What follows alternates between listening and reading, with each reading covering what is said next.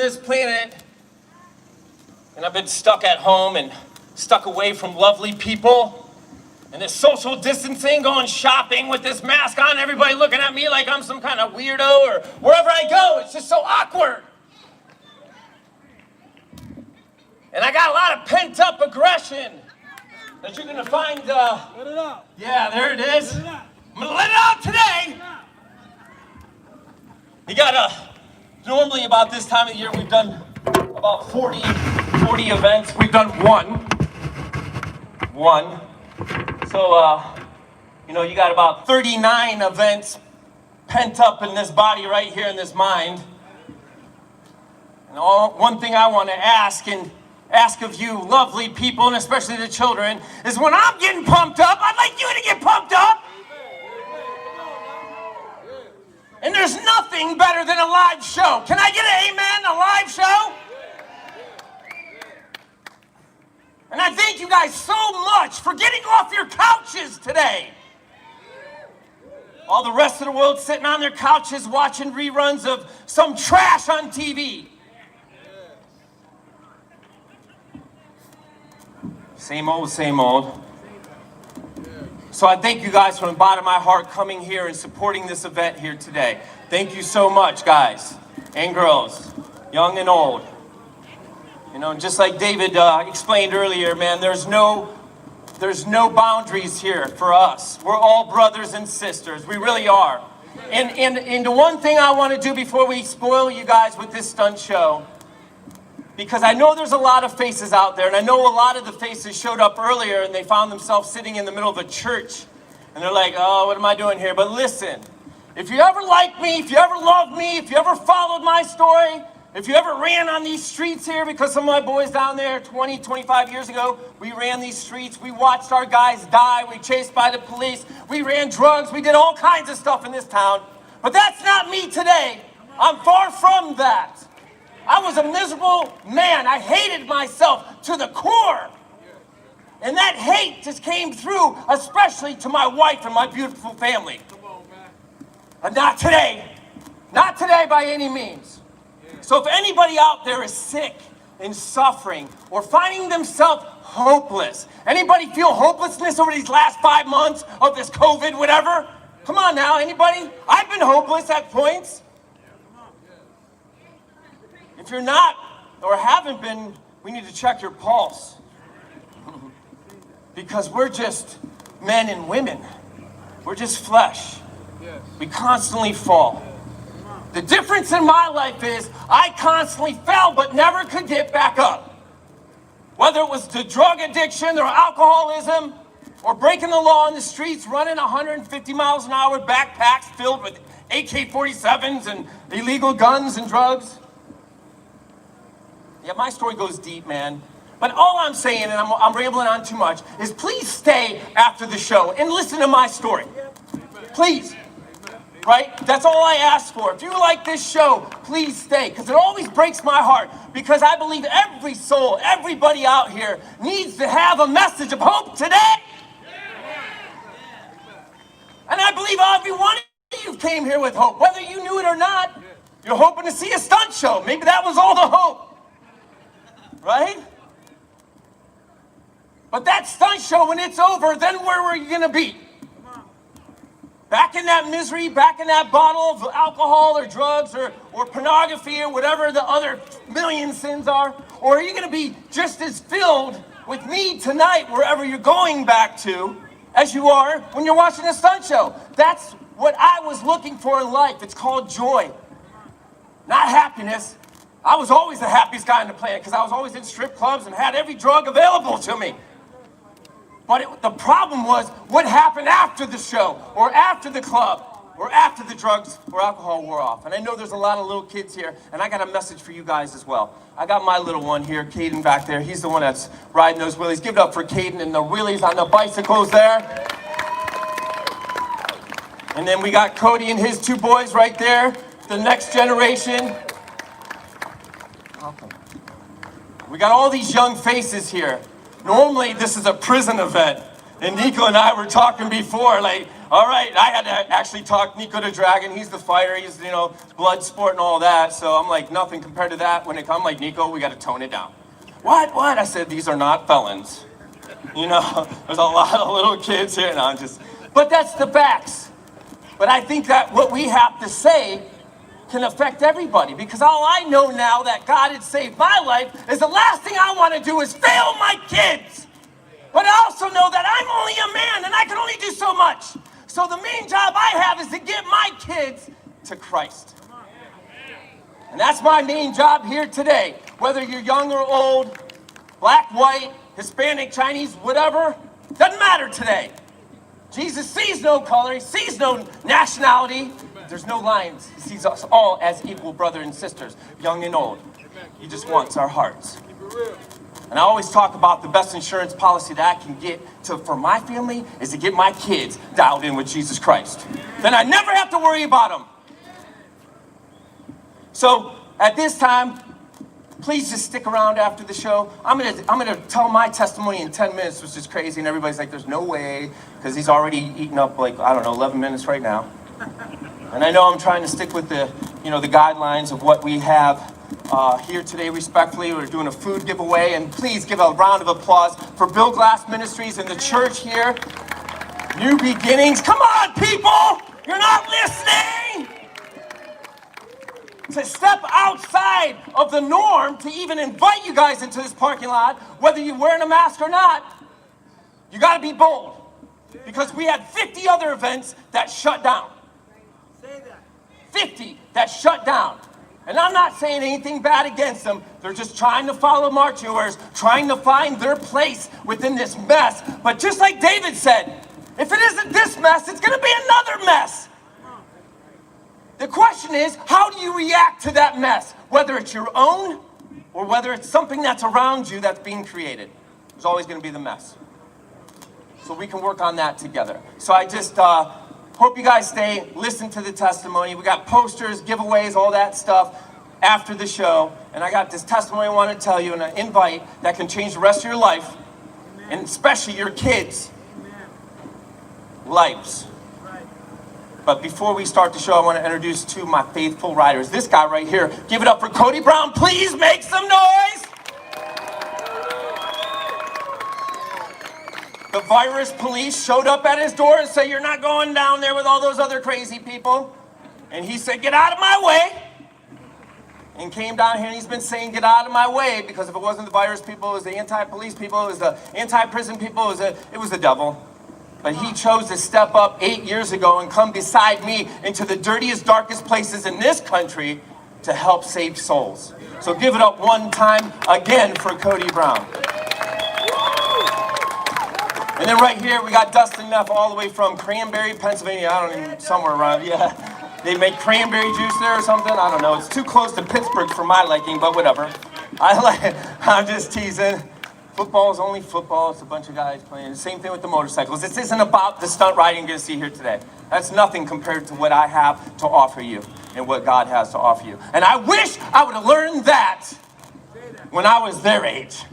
I wish I would have learned that when I was his age. That's the biggest mission that God has put on my heart today, is the kids, our kids, the youth of this nation, outside of this parking lot, they are so lost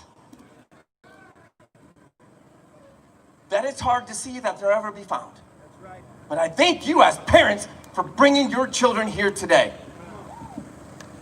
So back to Dustin. He was a child watching me back when I was in my heyday of misery and abomination and running the streets as Starboy Scott. And Youngstown was just a big spot.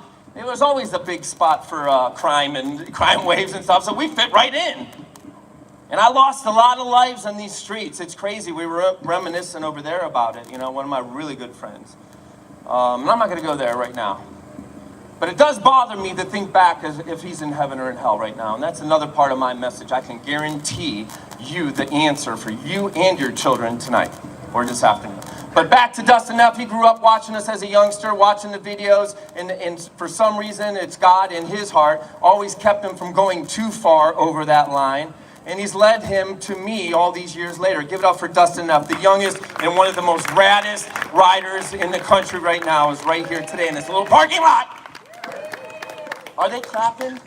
Are they cheering? I don't know. I can't hear it. Give it up for Dustin Neff!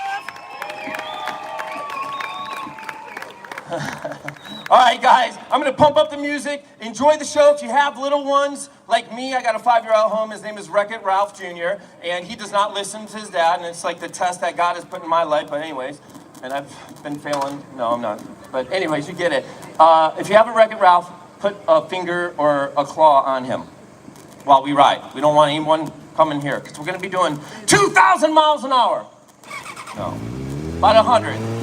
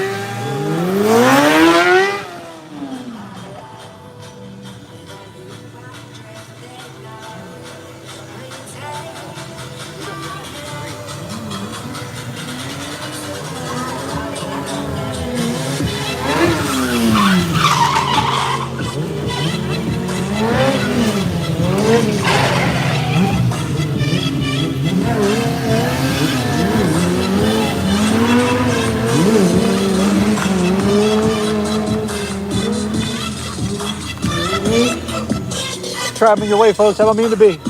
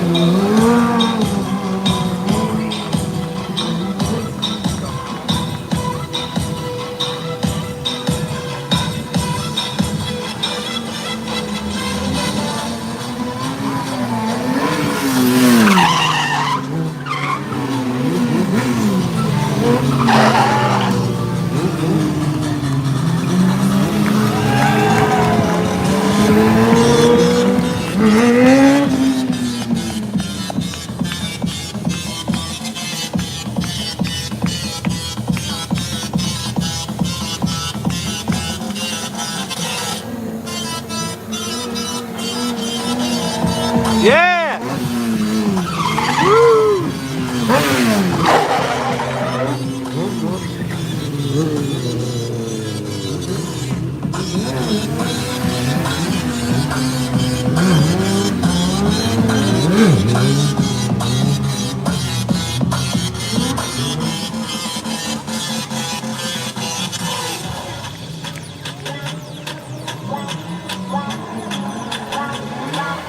Yeah!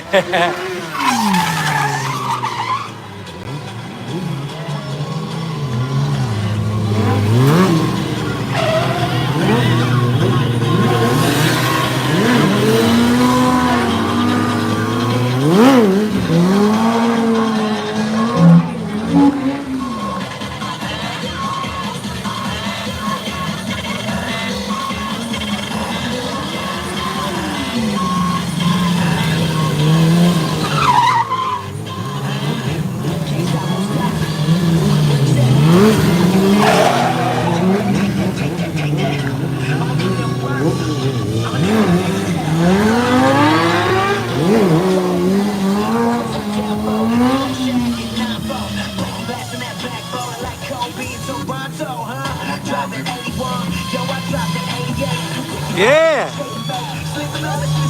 Yeah! Oh, that's awesome. Look at this man. Look at that.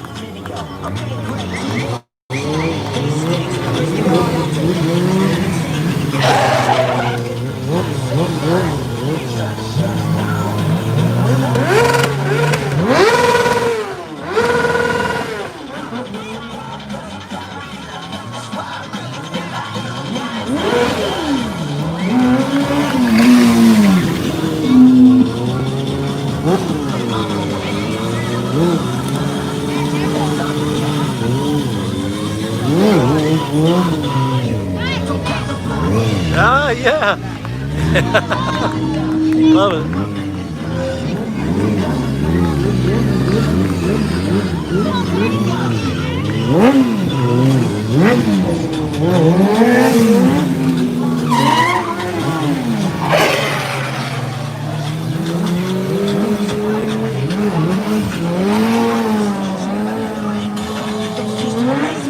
Drive me crazy. But you can't be detail that I miss. The songs I make it sing. Never read a verse like this. Whatever I got to make this time. You mention why. So I was about to trenches. Plus, you a Christian, Andy. You will never listen, Andy. Plus, you a mimic, Andy. You got skills, you a gimmick, Andy. You and everything you put in my ear. I be feeling like, chill.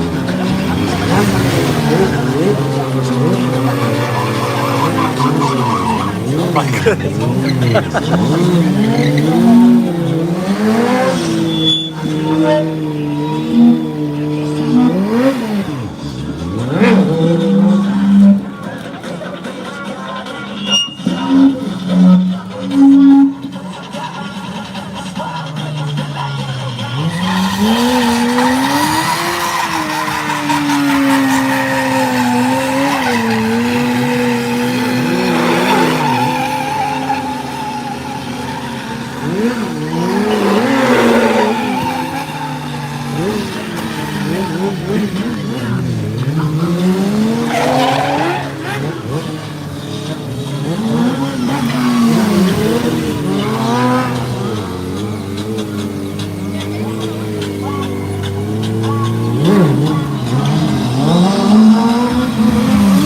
If you like what you're seeing, Yeah.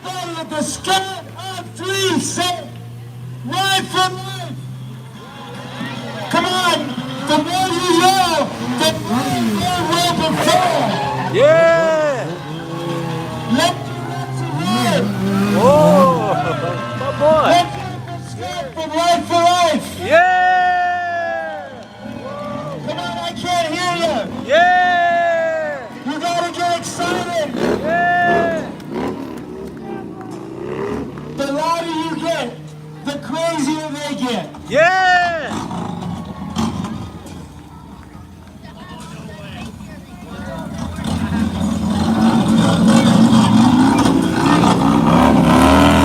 Come on, don't be Yeah. loud. Come on, let's stand it higher. Yeah. If you like what you see, stand up and shout. Yeah.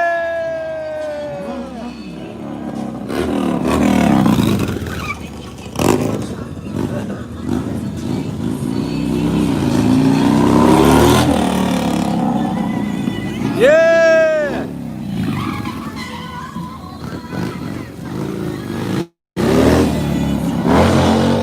Come on, the louder you get, the crazier you get, the more fire you get. Come on, Youngstown, show Ohio what you're all about. Yeah. That's what I'm talking about, buddy.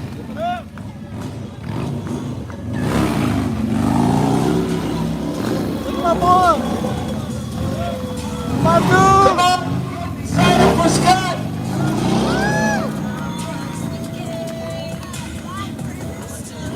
On the count of 3, say ride for life. 1, 2, 3. Run for life.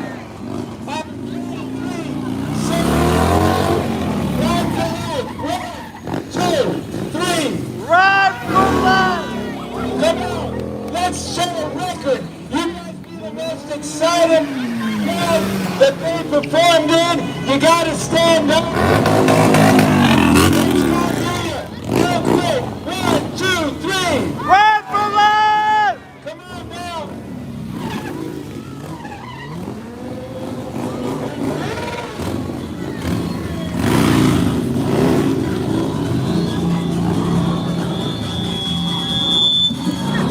If you like what you see, say Jesus. Jesus. Come on, say it louder. Jesus.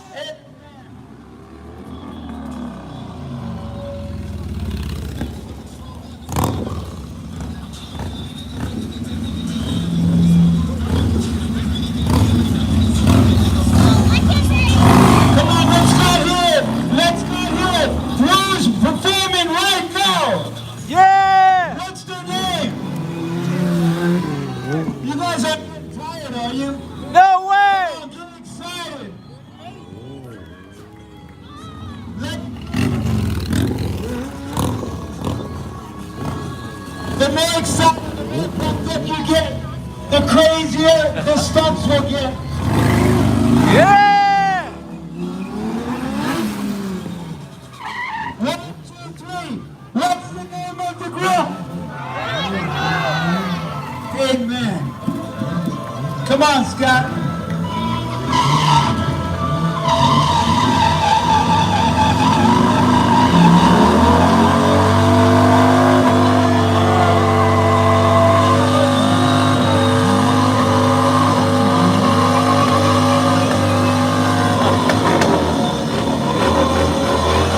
Oh! There goes the parking lot. Yeah, I should have waited a couple of weeks. Oh well. It's all for the Lord. Yeah. You had to wait to put the lines on. We do the parking lot. Oh man, Monty, I'm telling you. Come on, let me guys scream. Let's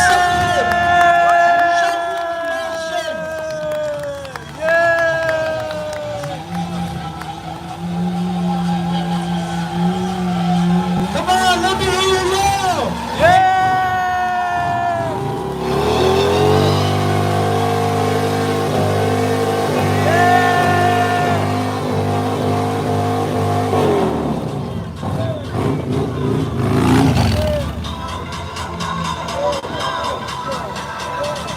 We don't recommend you do that at home. Scott, would you like to say something to your fans? Way to go, Scott! Woo!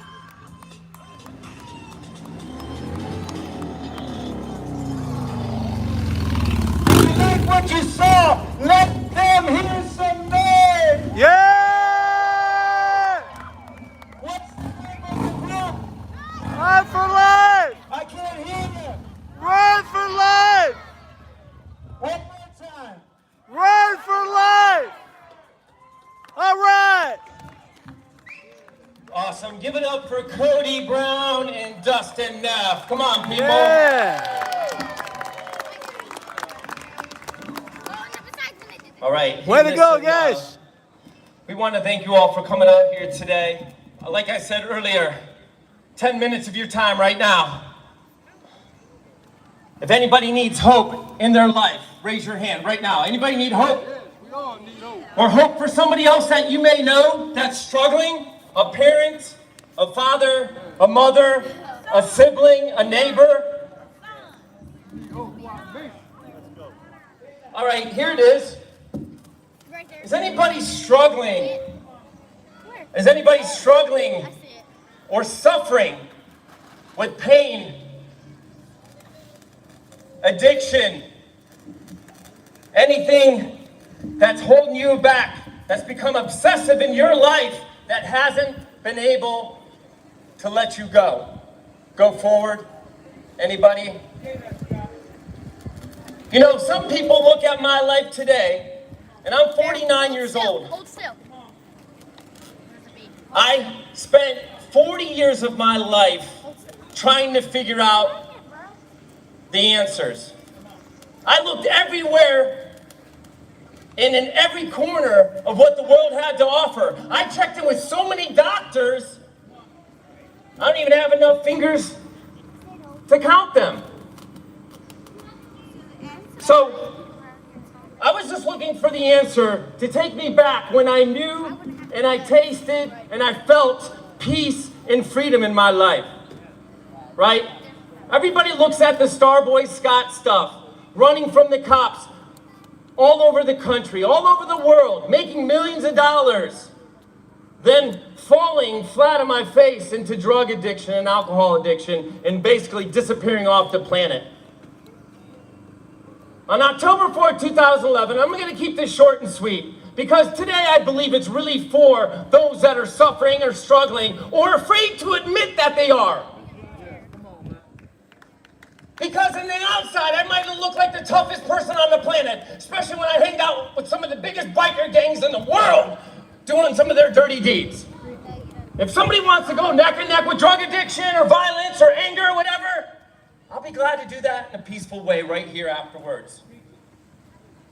If somebody is truly hopeless or thinks that this is the best that life has to offer and is living in the past, but you know, Scott, those were the good old days. Those were the best time of my life.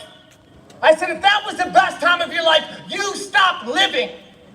I happened to stop living as a teenager. So when I see the youth of this nation and I see kids, I see when I started making the wrong decisions. And David Nico Hill preached a great message this morning, just like the pastor of this church does every Sunday. Give it up. But the misconception that I had, and what I want to break down to you today, is that I had no idea what God was. I especially didn't have any idea what Jesus Christ stood for. I used to make fun of him. I was a militant atheist, which means I wasn't just an atheist, a non-believer. I was the guy that chased it after Christians. I would have been the guy doing burnouts, trying to steal the show or steal whatever was going on here. That was me. I would have been the guy spitting on people. That's how we did. We were notorious fighting, and not like in the level that Nico did, but our boxing ring was everywhere in this country. The world said I was cool. My wife didn't think I was cool. Bailing me out of jail. Keeping the kids in the car when she had to go to her mom and dad's because I was on a drug binge beyond what you ever even heard about Motley Crue doing. She had to come in and check to make sure I was still alive before she brought the kids in. Can you believe that? That just gave me the chills. Talk about it, man. My problem wasn't drugs and alcohol. My problem was I hated myself. Talk about it. My problem was I was sick and suffering from the things that I went through as a child and a kid. And I just pray that all the little ones in this never go through anything like that. But I know the reality is, because we are always facing storms, ladies and gentlemen, we'd be naive to say that our home is perfect. But the answer lies in God. The answer lies in Christ. Did you think, as Starboy Scott, when I was making millions of dollars traveling over this country 20 years ago, that I would imagine I'd be preaching in the back of a church parking lot? I would have killed the person that told me that. No way, get on, you know. But you see, God is knocking on the heart of every one of us. It wasn't the stunt show that drew you here, even if you want to take that as the excuse. This was a divine appointment. There are somebody out here and people that are sick and suffering beyond. I know that. There are many Scotts in this audience. There are guys getting chased by demons. Nico was talking about the legions of demons. I don't know 2,000, but I know 1,999. Because that's how many I had. And I was a fool not to think that that was the bad luck that was in my life, right? That's what we say. I just have bad luck. No, bro, you are a sinner and you keep doing the wrong thing and the devil is chasing you down. I just have bad luck. You know how much bad luck I have nowadays? As a believer, 0. You know how many court cases I have to worry about? 0. You know how many police that are chasing after me? 0.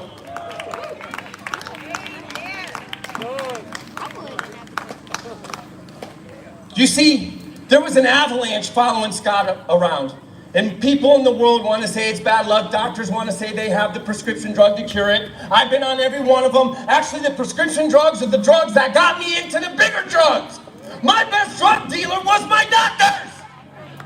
But I was the ignorant person that signed up for it, so I can't even blame them. At the end of the day, it was all my fault. On October 4th, when I was going to end my life, and if anybody looks and sees what I had, they'd be like, how could you end your life? You got everything. You ride a bike for a living. I was miserable inside. I could not find joy even if it was in front of me. And I was so toxic with the legions of demons that even if it was in front of me in the form of my child or my wife or somebody that truly loved me, I couldn't get to them. Something and somebody had to knock down the walls that I created. Those walls were created by sin, wrongdoing. Don't get it mixed up. I never thought I was a sinner. Are you a sinner, Scott? No, I'm great. And I was doing every illegal thing that a man could want. It's kind of like But is it Godfather's thing, you know? Check in with church, donate some money, your soul is saved. No, it's not that simple. And that's the last thing I'm going to leave you with here today. Jesus to me healed my soul. Jesus to me has made me the father that my kids always desired.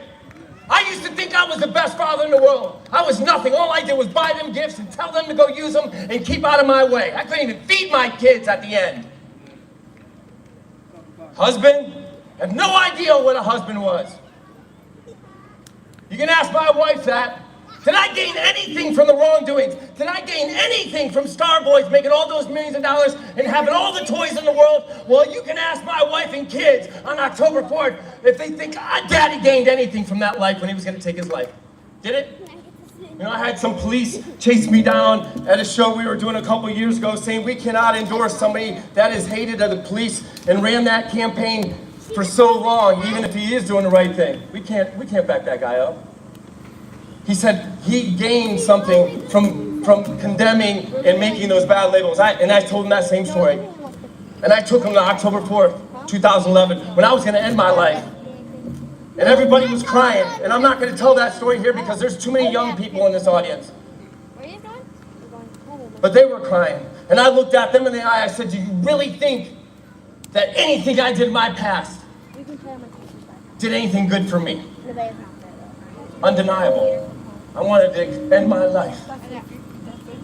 The only good decision I ever made in my life was seconds before I was going to end it. I cried out to God. Yeah. I said, if you really exist, then do one thing. Stop me from ending my life. And listen, there was 1,000 other things that he had to take care of after that, but it was the one thing. The suicide rate in this country, in these schools, in our youth, and people shedding their heads saying, not in my family. I've had people walk away with their kids when I start talking about it. And I just cry and I pray. Not my kid, not my family. Do you know your kid?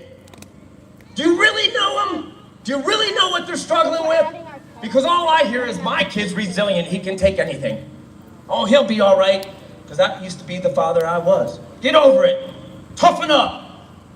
You know, when I went through the things that I went through, the worst thing the male figures in my life that were sent by the devil told me to do is stop crying, toughen up.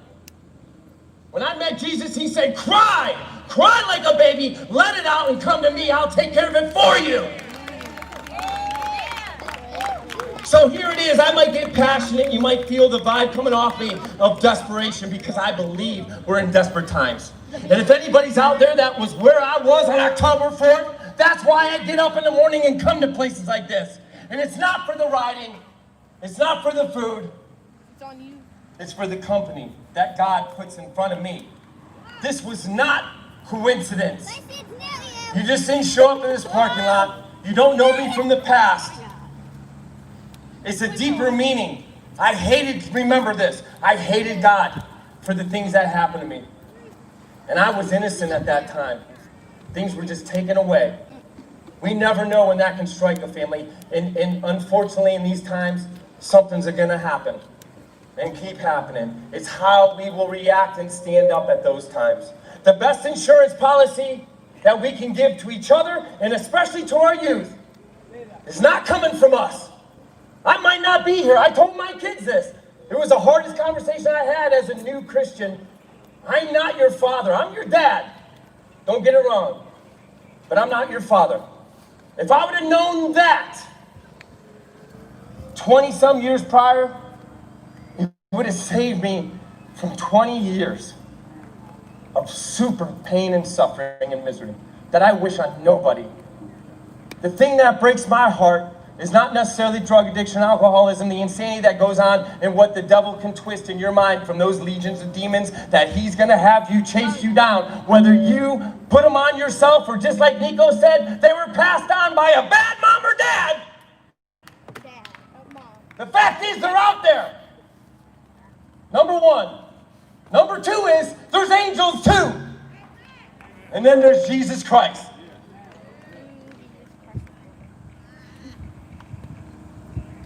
I'm not your father, kids. I'm your dad. He's your father. He will never forsake you. He will never leave you.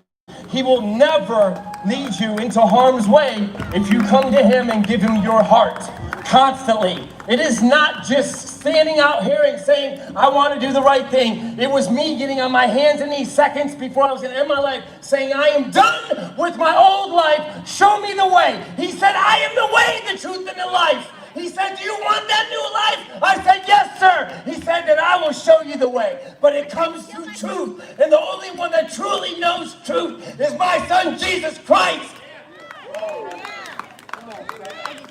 You know what I said for the first time in my life? I said, yes, sir. That was it. And I got the chills. I became obedient for the first time in 40 years and finally listened. And you know what was to follow? Restoration. No matter how bad it is, no matter how deep you are, I was there with you. And so was Jesus. I say that to inmates. I was there when we were doing the crimes, and they're looking at me and they're like asking their buddy, was he?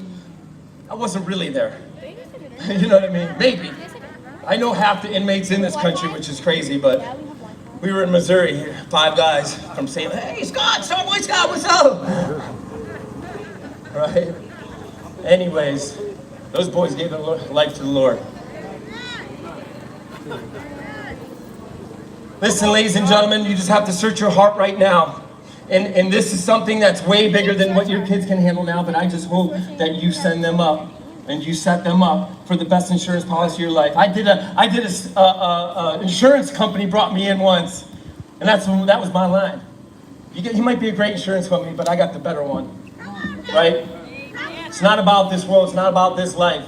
It's about eternity, and it's about our spiritual well-being and whom our Father truly is. My life today, since 2011, October 4th, has become the most amazing life on the planet. My marriage was restored, my kids were restored. He's riding Willie's out here with me, for crying out loud. We have a 5-year-old at home, Wreck-It Ralph. Do the math, 2011, 8-9 years, he would have never even been born if I would have followed through with the devil's plan for my life. Can you believe that? He'd have never even been born. That's the most haunting part about when we go to these Hope Over Heroin events and we hit the streets where true, deep, dark addiction exists. It's the stuff that is robbing you of your peace and your freedom. My mind was so toxic before I even got into drugs and alcohol. I used to bang it off walls because I wanted it to slow down. I was begging, not God, because I didn't want him. Anybody, doctors, take it away. Banging my head, slow these thoughts. I couldn't sleep. I was taking pills for sleeping, got addicted to them, taking 300 Xanax a month. Then I started doing the recreational drugs. I was drinking 4 bottles of vodka a night. It was crazy. You know what the craziest part about that was? I'm glad that the devil took me there, because I knew when Jesus came to my life that definitely wasn't the answer. We can try to erase the nights, but the mornings are always the worst. Where are you this morning? Are you a prisoner in your own mind?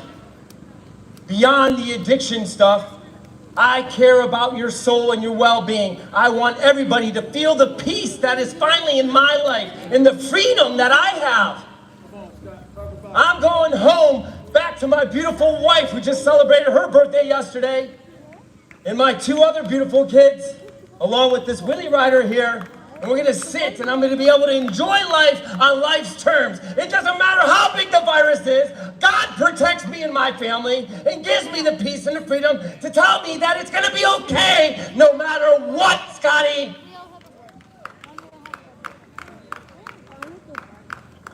I can finally sit and read a book.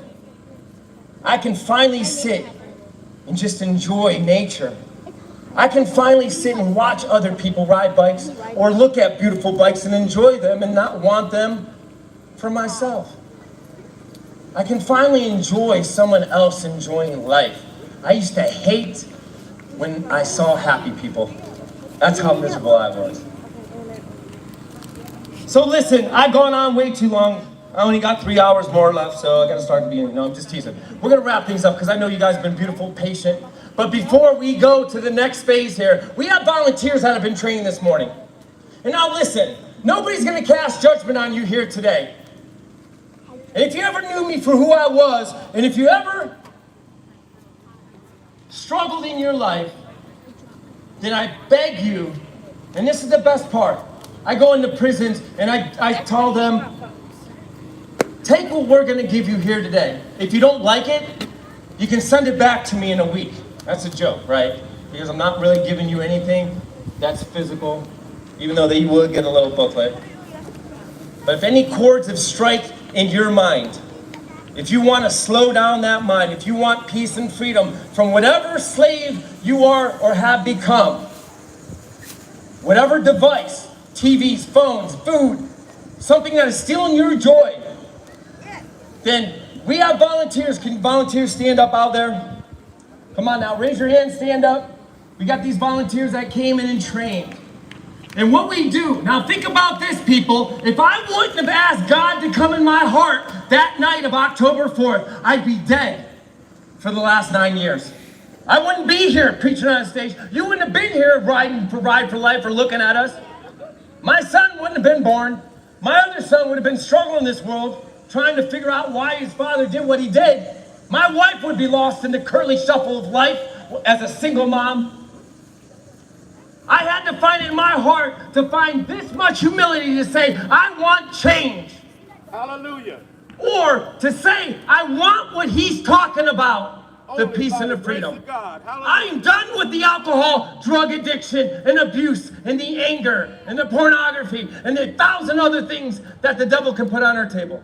Or I just simply want my kids to have what he's talking about. So if you have children out here, I ask you to go to one of these volunteers. We're going to group up right now, and they're going to just run you through something called the Sinner's Prayer. And it is all it is what I did on October 4th, 2011. You ask him into your heart. You see, the biggest secret in life is he cannot completely help you unless you invite him in. He could not deliver me of drugs and alcohol and all the other 900 sins that I carried or demons unless I asked him to. And I tell you this, and it's the last thing I'm going to say, he has delivered me of all that. I no longer struggle with addiction. I am not in recovery. I have been recovered. You understand? That is the difference of life. I don't sit there thinking about using or drinking because I saw a beer commercial. I no longer desire that life. You know what I desire? I desire being here. I desire being with my kids. I desire sharing the joy that I have found with others. I don't desire bars, alcohol, strip clubs, or drugs anymore. People, once again, this is a call out. If you don't know them, if you don't have any idea of what I'm talking about, but you want some of the qualities that have come into my life, whether you're young or old, we're going to bundle up. And people, the volunteers out there, come on now, raise your hands. We're doing a call to action. Meet with one of these beautiful volunteers. If you have an issue and you're struggling with something, you can come. I know how hard it can be.